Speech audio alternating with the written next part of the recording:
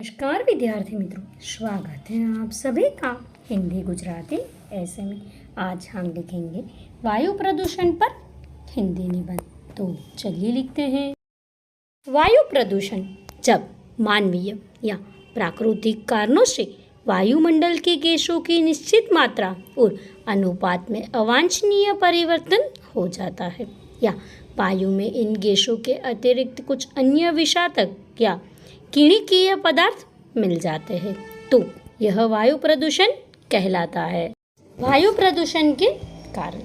वायु प्रदूषण प्राकृतिक एवं मानवीय कारकों द्वारा होता है। प्राकृतिक कारकों में ज्वालामुखी विस्फोट, जंगल की आग, पशुओं द्वारा जुगाली की क्रिया, कोहरा, परागकण, उल्कापात आदि है। परंतु प्राकृतिक स्रोतों से उत्पन्न वायु प्रदूषण कम खतरनाक होता है क्योंकि प्रकृति में स्वनियंत्रण की क्षमता होती है।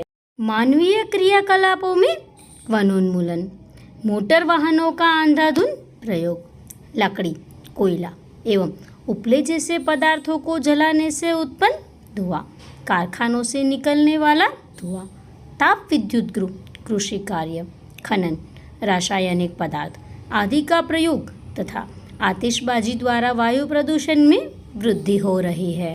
विकसित तथा विकासशील देशों में विकास एवं अन्य मानकों में आगे निकलने की प्रतिस्पर्धा ने पर्यावरण को इतना अधिक प्रदूषित कर दिया है कि आज वैश्विक परिदृश्य में जलवायु परिवर्तन, भूमंडलीय तापन तथा ओजोन क्षरण की समस्या ने मानव के अस्तित्व के समक्ष ही संकट खड़ा कर दिया है। वायु प्रदूषण के प्रभाव। वातावरण में अवांछित गैसों की उपस्थिति से मनुष्य, पशु तथा पक्षियों को गंभीर स्वास्थ्य समस्याओं का सामना करना पड़ता है। इससे दमा, अंधापन, श्रवणहास होना, त्वचा रोग आदि बीमारियां पैदा होती है। विश्व स्वास्थ्य संगठन के अनुसार प्रत्येक वर्ष 2 से 4 लाख लोगों की मौत का मुख्य कारण वायु प्रदूषण है।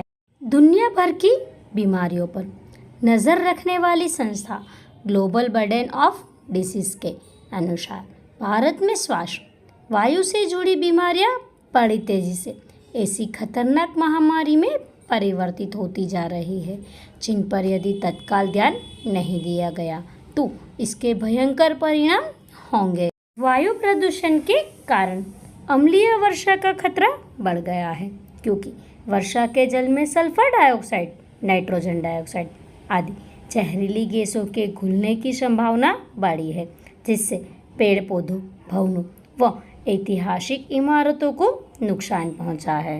वायु प्रदूषण के नियंत्रण के उपाय।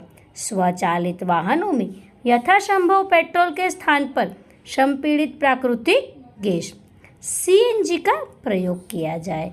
वर्तमान वायु प्रदूषण के स्तरों की जांच के लिए व्यापक सर्वेक्षण और अध्ययन किया जाए और प्रदूषण की नियमित मॉनिटरिंग की जानी चाहिए। ऊर्जा के वैकल्पिक स्रोतों के प्रयोग को बढ़ावा दिया जाए जैसे ज्वारीय ऊर्जा, जैव ऊर्जा, पवन ऊर्जा, सौर ऊर्जा, जल विद्युत ऊर्जा आदि।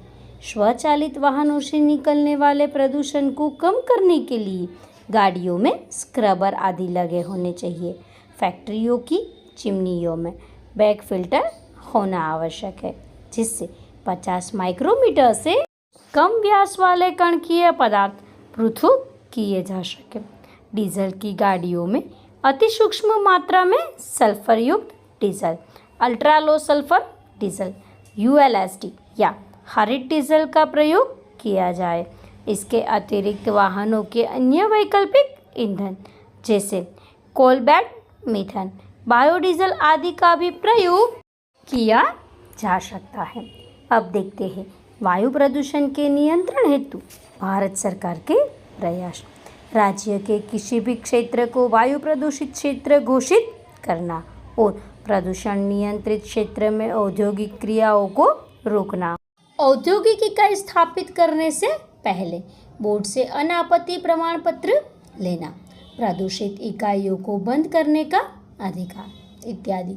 जलवायु परिवर्तन मंत्रालय द्वारा अक्टूबर 2014 में वायु गुणवत्ता सूचकांक जारी किया गया, जिसका उद्देश्य देश के प्रमुख शहरों में हवा की गुणवत्ता की निगरानी करना है। वायु गुणवत्ता की जांच करने वाली मोबाइल ऐप सेवा SAFAR system of air quality forecasting and research का विकास किया गया है। केंद्रीय मोटर वाहन संशोधन अधिनियम 2016 के अंतर्गत केंद्र सरकार ने 1 अप्रैल 2020 से पेट्रोल तथा डीजल वाहनों के लिए BS4 से सीधा BS6 मानक अपनाने का निर्णय लिया है। तो विद्यार्थी मित्रों, इसी के साथ वायु प्रदूषण पर हिंदी निबंध यहाँ पूर्ण होता है। निबंध को अंत तक देखने के लिए आप सबका बहुत बहुत धन्यवाद।